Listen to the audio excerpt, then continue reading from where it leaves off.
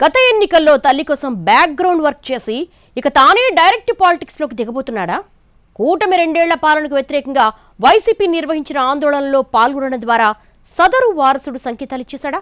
ఎవరైనా ఎక్కడి నుంచి అరంగేట్రం చేయబోతున్నారు?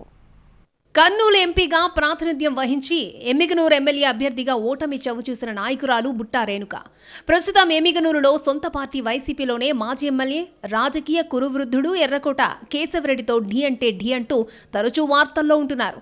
తాను మొదట వైసీపీ నుంచి ఎంపీ అయినా ఆ తర్వాత టీడీపీ కండువా కప్పుకోవడం, 2019 ఎన్నికల్లో టీడీపీ టికెట్ దక్కకపోవడంతో ఆ ఎలక్షన్స్కు ముందే తిరిగి సొంత గూటికి చేరుకోవడం వరుస పరిణామాలు. 2019 ఎన్నికల్లోనే మళ్లీ ఎంపీ టికెట్ ఆశించిన పార్టీ మారిన కారణంగా దక్కలేదు. ఇక 2024లో ఎమ్మిగనూరు అసెంబ్లీ సీట్లో వైసీపీ అభ్యర్థిగా పోటీ చేసి ఓడిపోయారామె. బుట్టా రేణుకది పూర్తి వ్యాపార కుటుంబం.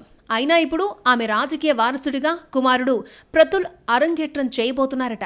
గత ఎన్నికల్లో తల్లి కోసం తెర వెనుక పనిచేసిన బుట్టా ప్రతుల్ ప్రస్తుతం వైసీపీ కార్యకలాపాల్లో ప్రత్యక్షంగా పాల్గొంటున్నారు. వైసీపీ అధిష్టానం రేణుకను ఎమ్మిగనూరు నియోజకవర్గం ఇన్ఛార్జిగా తప్పించి కర్నూలు పార్లమెంటు నియోజకవర్గ సమన్వయకర్తగా నియమించింది. అయినా ఆమె మాత్రం ఎమ్మిగనూరును వదలడం లేదట. ఇదే టైంలో ప్రతుల్ కూడా ఇప్పుడు ఎమ్మిగనూరు, కర్నూలులో వైసీపీ కార్యకలాపాల్లో చురుగ్గా పాల్గొనడం గురించి రాజకీయ వర్గాల్లో చర్చ మొదలైంది. రాజకీయ వారసత్వాన్ని కొనసాగించడానికి ఆయన పూర్తి స్థాయిలో పార్టీ కార్యక్రమాల్లో పాల్గొంటున్నట్టుగా చెప్పుకుంటున్నారు.